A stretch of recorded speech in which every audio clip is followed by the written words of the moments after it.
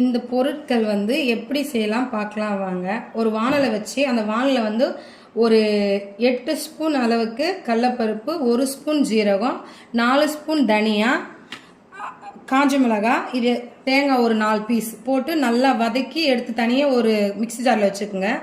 Next அதே வாணலில் வெங்காயத்தை, இந்த ஒரு வெங்காயத்தை பொடிசாக கட் பண்ணி நல்லா வதக்கிட்டு, இந்த தக்காளி பொடிசாக கட் பண்ணி வதக்கிட்டு, நம்ம அரைச்சி வச்சுக்கிற இந்த விழுது எடுத்து அந்த வெங்காயத்தை கூடயும் தக்காளி கூடயும் நல்லா போட்டு வதக்கி தேவையான உப்பை போட்டு இறக்கி தனியாக இது மாதிரி வச்சுக்கணும்.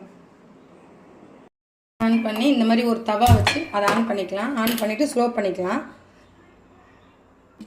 ஏற்கனவே நம்ம இந்த வெண்டைக்காவை கழுவி சுத்தம் பண்ணி தொடச்சி வச்சுருக்குறோம். இந்த மாதிரி வெண்டைக்காய் வந்து பாதி இந்த சைட்லேயும் கட் பண்ணிவிட்டு நடுவாக ஒரு கோடு போட்டு அதை 2 கையால் இப்படி வச்சு பிரிச்சுட்டுனா நல்லா பெரிய பெரிய வெண்டைக்காய் எடுத்தால் தான் அந்த மசாலா உள்ளே நல்லா செட் ஆகும். செட் ஆகிட்டு இந்த மாதிரி வைக்கணும். ஸ்டஃப் பண்ணி உள்ளே வச்சுட்டு இந்த மாதிரி இந்த மசாலா ஃபுல்லாக அமுக்கி உள்ளே விட்டால் ஃபுல்லாக போய் செட் ஆகிடும்.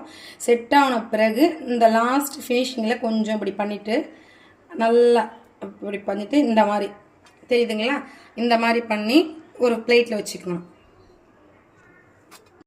அந்த வெண்டைக்காய் நம்ம ஒன்றுக்குள்ளே மசாலா வைக்கிறதுக்குள்ளே இந்த மாதிரி நம்ம மீன் வளர்க்குற மாதிரி இந்த ஸ்டவ்வில் இது தவாவில் எண்ணெயை ஊற்றிட்டு கொஞ்சம் அளவுக்கு அப்படியே ஸ்லோ பண்ணிட்டா நம்ம அதுக்குள்ளே அந்த வெண்டைக்காய் பண்ணி முடிச்சுட்டு வந்துடலாம்.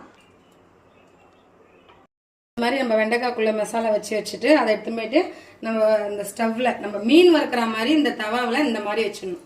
இந்த மாதிரி நீட்டாக வச்சுட்டு அப்படியே நம்ம மீன் எப்படி வறுப்போமோ அந்த அளவுக்கு வறுத்தா அந்த மசாலா வந்து அப்படியே அதுக்குள்ளே செட் ஆகிடும். செட் ஆனோடனே நல்லாயிருக்கும். இதேமாதிரி நம்ம வந்து இந்த மசாலா வச்சே கத்திரிக்காய் பாவக்காவிலையும் பண்ணலாம், நல்லா டேஸ்ட்டாக இருக்கும். இது வந்து எது கூட வச்சுக்கலாம்னா தயிர் சாதம், சாம்பார் சாதம், இந்த மாதிரி நம்ம சாப்பாடு செய்யும் போதும் இந்த மாதிரி வெண்டைக்காய்க்குள்ளே வச்சு